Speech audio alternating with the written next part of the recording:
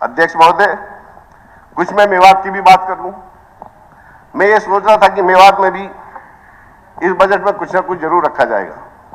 मैं सोच रहा था शायद स्टेट यूनिवर्सिटी भी इस मेवात के बजट इस बजट में रखी जाएगी, क्योंकि इलेक्शन से पहले का बजट है। सोच रहा था कि मेवात कनाल है जो बहुत पुरानी मांग है, उसको भी इसमें रखा जाएगा।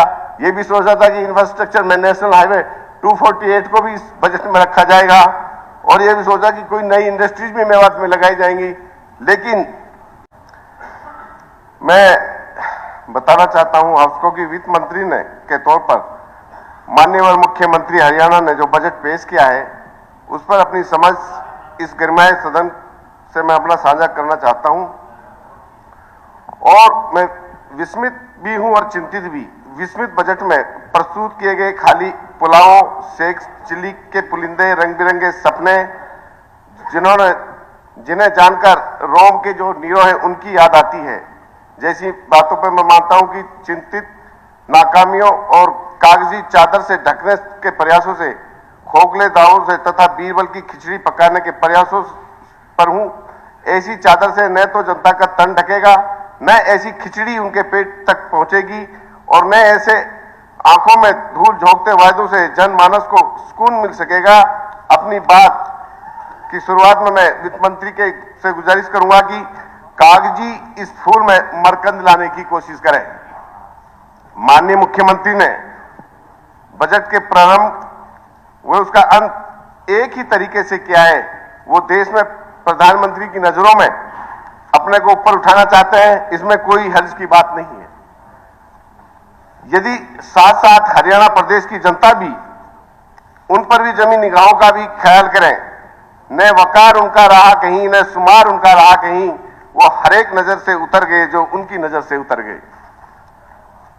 मैं बताना चाहूंगा कि जो इस बार बजट पेश किया है, बजट में ना कहीं एमएसपी है, ओएसपी है, 5100 पेंशन जो देनी थी उसका भी जिक्र नहीं है, महंगाई व टैक्स में राहत का जिक्र कहीं भी नहीं है। सरकार पर 4,51,368 करोड़ रुपए का कर्ज, पुराने कर्ज की किस्त देने के लिए नया कर्ज सरकार ले रही है।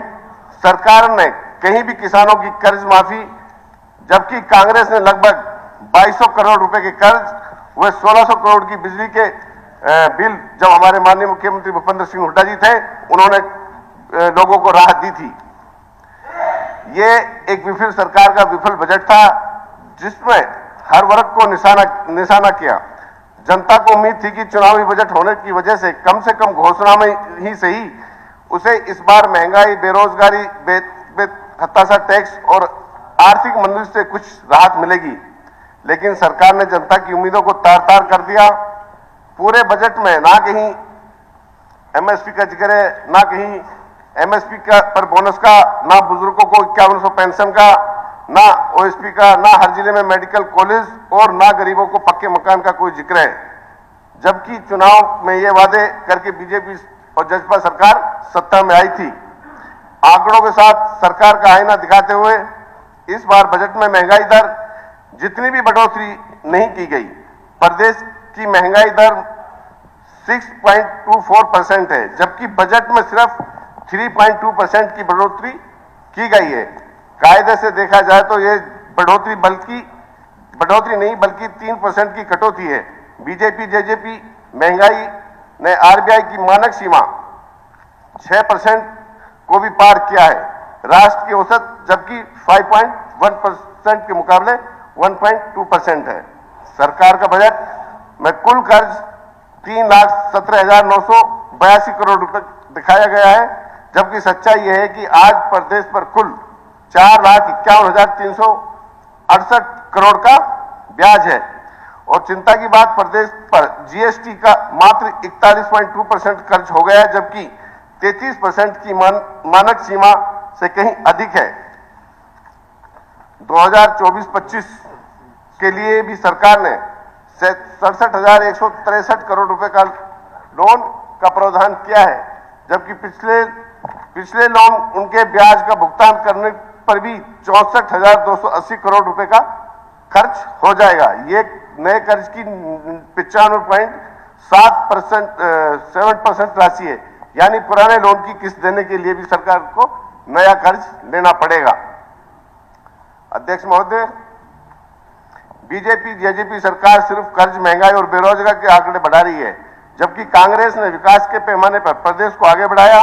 कांग्रेस कार्यकाल के दौरान 2005 और 6 से 2014 और 15 तक जीएसडीपी की वृद्धि दर कम से कम 18% सालाना थी, जो 2014 से 15 और 2022 से 23 घटकर मात्र 9% रह गई है।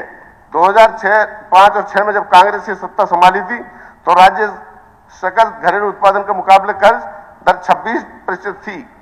इस 2014 से 15 तक सरकार ने घटाकर इसको 15% ला दिया। अध्यक्ष महोदय, सरकार द्वारा पेश किए गए पिछले बजट के नए आंकड़ों की तुलना में पता चलता है कि कृषि बजट में 0.28% की कटौती की गई है। इसे घटाकर 11.8% से 11.52 किया गया है। इसी तरह परिवहन, सिविल एविएशन और सैकड़ों का बजट भी काफी कम किया गया है। सरकार ने इस बार कृषि विभाग के बजट में भी 1222 करोड़ की भारी कटौती की है।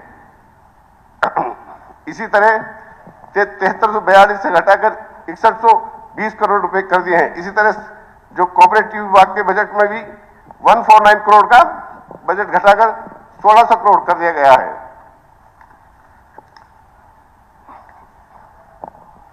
अध्यक्ष महोदय, कुछ मैं मेवात की भी बात कर लूं। मैं ये सोच रहा था कि मेवात में भी इस बजट में कुछ ना कुछ जरूर रखा जाएगा। मैं सोच रहा था शायद स्टेट यूनिवर्सिटी भी इस मेवात के बजट इस बजट में रखी जाएगी, क्योंकि इलेक्शन से पहले का बजट है। सोच रहा था कि मेवात कनाल है जो बहुत पुरानी मांग है, उसको भी इसमें रखा जाएगा। ये भी सोच रहा था कि इंफ्रास्ट्रक्चर में नेशनल हाईवे 248 को भी इस बजट में रखा जाएगा, और ये भी सोचा कि कोई नई इंडस्ट्रीज भी मेवात में लगाई जाएंगी।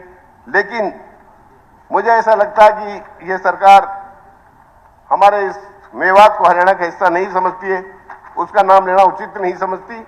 सिर्फ एक पानी का जो बेसिक नीड है उसकी जरूर चर्चा करती है सरकार इस बजट में।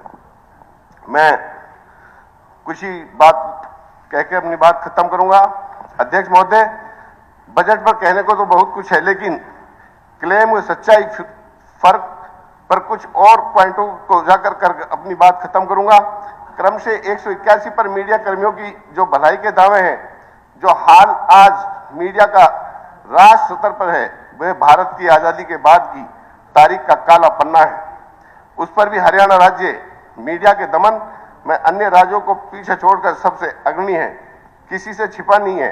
120 नंबर पर सड़कों के रखाव के लिए पिछले वर्ष बजट में 64% धन के उपयोग की सफलता पर वित्त मंत्री ने खुद को बधाई दी थी, परंतु यह अपने फेलियर का छिपाने का एक प्रयत्न है कि 36% रख रखाव का पैसा प्रयोग भी नहीं हो पाया है। इसके चलते एक मिनट होगा सर, इसके चलते कितनी दुर्घटना, कितना जन धन का हादसा हुआ है, इसका ब्यौरा कौन देगा? कोई हो तो आप वैसे दे देना। खैर चलिए ठीक है। खैर मैं ये भी कहना चाहता हूं कि 106 नंबर पर जो जोमेटो जैसे गिग वर्क्स को उधार लोन देने का दावा है, वहीं जबकि समाज में इससे वंचित तबके जैसे मंत्री महोदय ने स्वयं माना के लिए आवश्यक है। एक सेकंड, न्यूनतम आय जो आज चाहे किसान हो, चाहे बेरोजगार हो, चाहे मिडिल क्लास हो, चाहे दलित हो, सबकी इत्यादि है। इस सबके लिए सुकून की रोटियां एक सपना मात्र है। चूल्हा है ठंडा पड़ा और पेट में आग है। लक्ष्मण यादव रोटी इस बार की कितना हसीन ख्वाब है।